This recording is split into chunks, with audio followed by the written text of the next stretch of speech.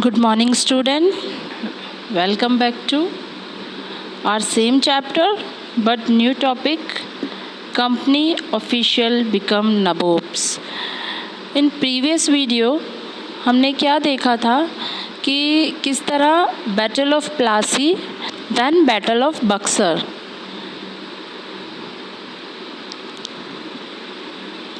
Problem क्या थी, वजह क्या थी, क्यों हुई ये बैटल ऑफ बक्सर, क्यों हुई battle of Plassey, we all know about this, क्योंकि हमने उसे बहुत क्लियरली समझा और इन वॉर्स में कौन किसके अगेंस्ट खड़ा था, क्या हुआ, हमने ये सारी चीज़ें उस वीडियो में देख ली थी। अब बैटल ऑफ प्लासी में भी नवाब जो थे, किंग्स जो थे, हार गए। बैटल ऑफ बक्सर में भी अवध के नवाब और शाह आलम, मुग़ल सल्तनत के किंग, ये भी डिफ़ीट हो चुके थे। इन्होंने एक ट्रीटी ऑफ इलाहाबाद साइन की थी। उसके बाद क्या हुआ वो हम देखते हैं। Company official become nabobs. Nabobs मतलब कोई नया वर्ड नहीं है ये नबोब्स। नबोब्स मीन्स वही हमारा पुराना नवाब। नवाब को इन्होंने अपने प्रोनाउंसिएशन के अकॉर्डिंग नबोब्स कहा है, ठीक है। तो in 1764 Robert Clive was appointed governor general of Bengal. हमने प्रीवियस वीडियो में ही पढ़ा था कि किस तरह जब वो बैटल ऑफ बक्सर होती है तो रॉबर्ट क्लाइव आते हैं और वही जो है ये सारा जो स्ट्रैटेजी है ट्रीटी साइन करने की और उन लोगों से पनिशमेंट में अकॉर्डिंग अलाउंस लेने की, यानी वो 50 लाख रुपए लेने की, वो सारा ही कुछ इनका ही किया धरा होता है रॉबर्ट क्लाइव का। और क्योंकि वो बैटल ऑफ प्लासी जीत चुके होते हैं, बैटल ऑफ बक्सर को इतनी अच्छे से हेल्ड किए हुए होते हैं, तो उन्हें जो है बंगाल का गवर्नर जनरल बना दिया जाता है ब्रिटिशर्स की तरफ से। और nabobs an analysed version of the Indian word nawab as a British were leading a lavish life similar to nawab and everyone was on a mercy of British. तो क्या होता है ये दोनों बैटल के बाद जब ये बंगाल, उड़ीसा, बिहार, ये तीनों रीजन पे जब ये लोग अपना रूल स्टैब्लिश कर चुके होते हैं तो ये क्या सोचते हैं कि अब हम किसी को नवाब ही नहीं बनाते। नवाब बनाने के बाद क्या होता है, बहुत सारे बैटल्स होती हैं, क्लैश हो जाता है।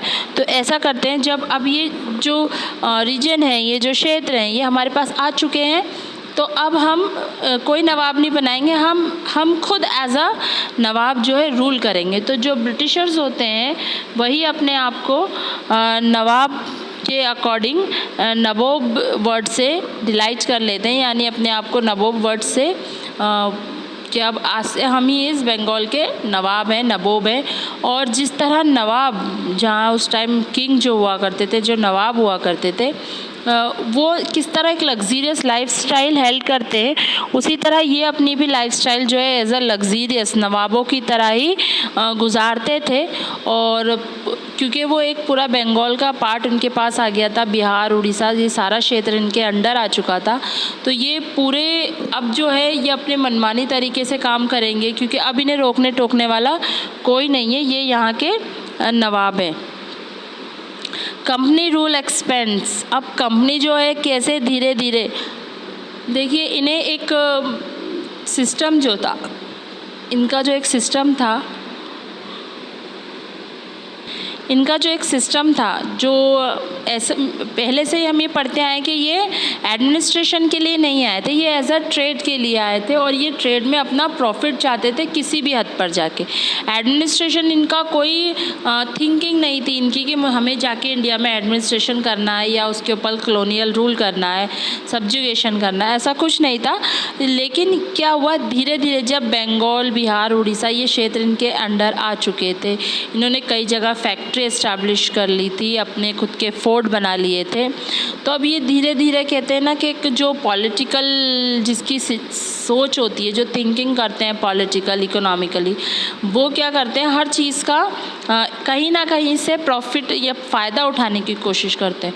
तो जब इन्हें लगा कि ये आपस में ही ये जो किंग है, जो इंडियन किंग्स हैं, इंडियन नवाब हैं या मुग़ल रूलर्स हैं या मराठास हैं, राजपूत हैं, ये आपस में ही अपने किंगडम्स को एक्सपेंड करने के लिए लड़ते हैं। तो उन्होंने इस चीज़ का फ़ायदा उठाने की सोची और ये धीरे धीरे हर स्टेट के अंदर धीरे धीरे, ऐसे नहीं कि एक साथ ही, धीरे धीरे हर स्टेट के अंदर ये बीच बीच में इंटरफेयर करने लगे स्टेट की पॉलिसीज़ में, स्टेट के पॉलिटिकल सिस्टम में, स्टेट्स के रूल के अंदर, स्टेट के ओवर रूलिंग सिस्टम के अंदर।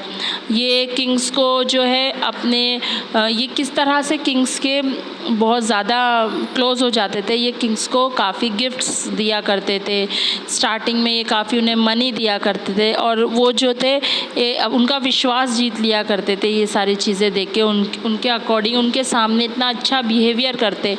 तो ऑब्वियस है कोई भी इतनी चीज़ों के ऊपर कि हाँ बहुत अच्छे लोग हैं, इनका कोई ऐसा उद्देश्य नहीं है। लेकिन क्या हुआ, the process of annexation of Indian state by the east India company from 1757 to 1857 brought fourth some key aspect like a company rarely launch a direct military attack on an unknown territory।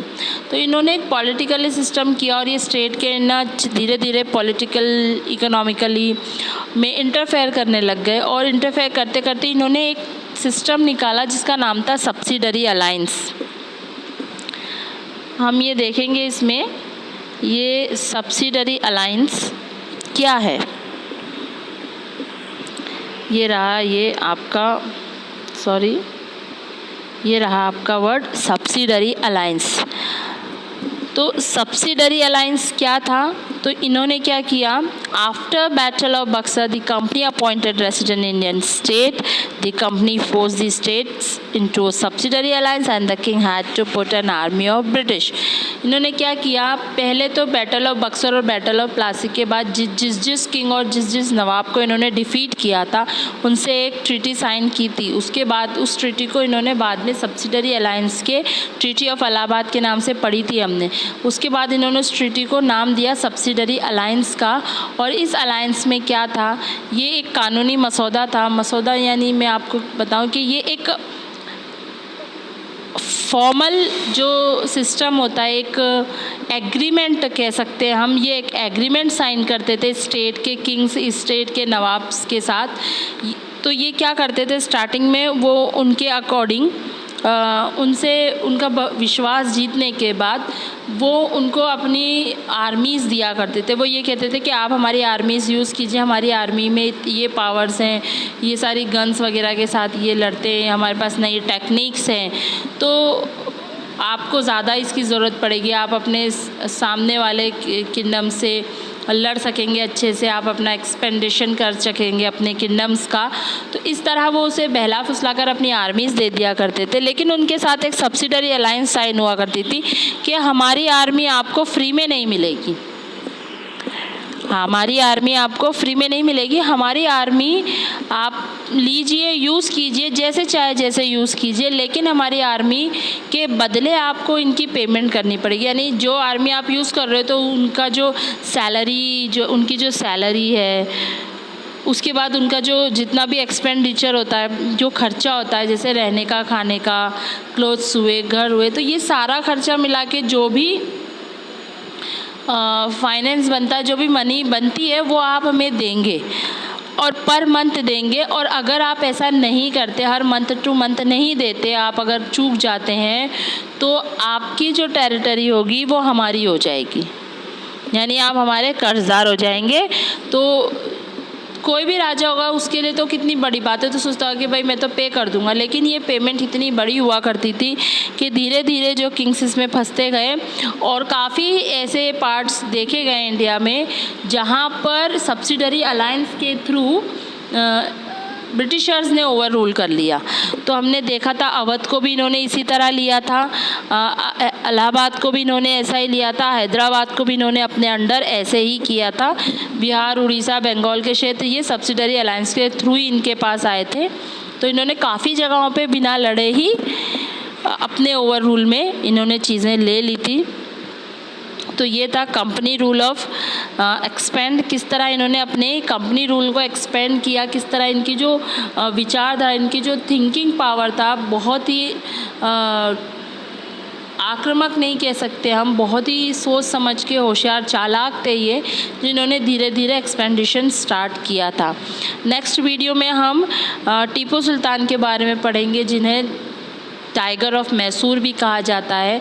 इनके साथ इनकी 4 war हुई थी Britishers के साथ, और इन्हें ऐसे ही इस वर्ड के साथ, ये जो वर्ड है द टाइगर ऑफ मैसूर, ऐसे ही नहीं दिया गया। इसके पीछे भी एक स्टोरी है। जो इनकी जो वॉर हुई थी वो कितनी ही, बहुत ही बेहद मजबूती के साथ ये ब्रिटिशर्स के सामने खड़े थे, और ये ऐसे पहले किंग थे जिन्होंने अपनी फ़ौज को, अपनी आर्मी को फ़ॉरेन भेजा था नई नई टेक्निक सीखने के लिए। यस, तो हम इसके बारे में पूरा पढ़ेंगे हमारे नेक्स्ट वीडियो में। आज के लिए बस इतना ही। Thank you.